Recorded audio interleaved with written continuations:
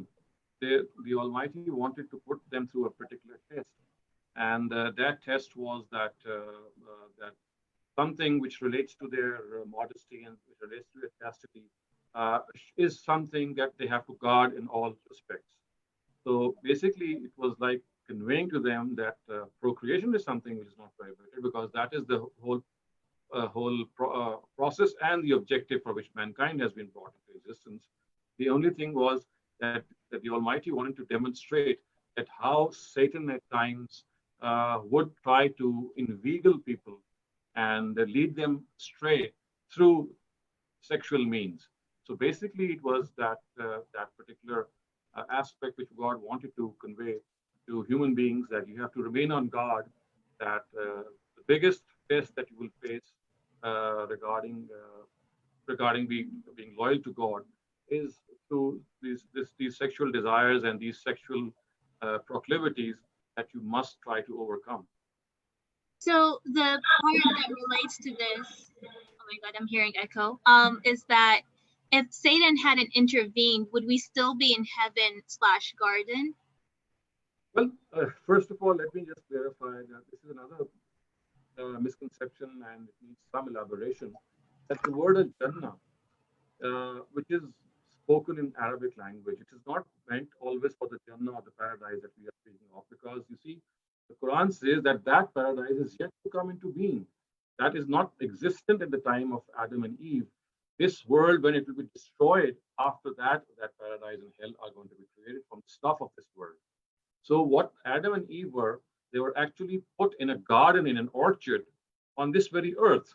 So when it says Udkhulul Jannah, when it says Ya Adam uskun wa, you stay and your wife stay in this paradise, on this Al-Jannah. The word Al-Jannah actually is referring to the orchard or to a garden. It's not referring to paradise as it's just generally thought of. This is something that we need to understand. We often think that Adam was in paradise. They were just thrown away from paradise, Adam and Eve, in worldly life, and then they're going to go back into paradise. That's not the case. They were never in paradise in the first case. They were in Al-Jannah, which in Arabic means an orchard, a garden. They were kept in a garden. And once they failed that test, the words are ihbitu, just spread out from this garden and go into the earth and do your own chores. And now there'll be a time in which you'll be coming back to God, and then He'll take an account from yourselves and then send you to heaven or hell. So that's another thing that perhaps needs some clarification, that they were never kept in paradise in the first place. So it wasn't the small-minded way of just kicking them out of that orchard or garden. It just happened to happen. I'm sorry, I couldn't hear you. it wasn't a long-winded way of just trying to kick them out of the garden. No, certainly not. They were not neither in paradise nor was the way just kick them out of paradise. No, that's not the case. Because Sorry, you're really hard to hear. Before that, clear? Right before that, the Almighty had already decided that He is going to create Adam. See, if you study the Quran, the verse which says that I'm going to create Adam is Inni Ja'ilun fil ardi Khalifa. I'm going to make a person who has the freedom of will in this earth. So He had already decided that. That was a given, already a given. It was after that it was announced that, okay, if you do certain things, then you'll be just put through this test, and then you'll have to come back to me, and ultimately I'm going to reward or punish you. So it is not that Adam or Eve were sent in this world because of some sin, as is generally believed. No, God had already planned to send them in this earth. The process in which they were sent was that they were put in a garden, they were placed in a garden, and they were put through a certain test. And that test they failed, and God said, okay, now you just spread out from this garden, now you produce your own progeny, and I'll send you prophets from my own self in various intervals, and then one day I will end this world and all of you will come back to me, and then I'll reward or punish you. So this was the whole scheme. It is erroneous to believe that they were in paradise already, because as I said, paradise is yet to come into being, hell is yet to come into being. They were never placed in paradise. This is something which has come from biblical literature, and also because of wrongly translating the word al-Jannah as paradise. In Arabic, the word Jannah is used for a garden and orchard. At times it is used for paradise as well, but not always. Thank you so much. That makes sense.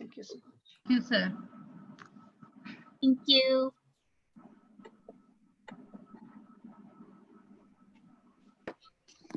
Assalamu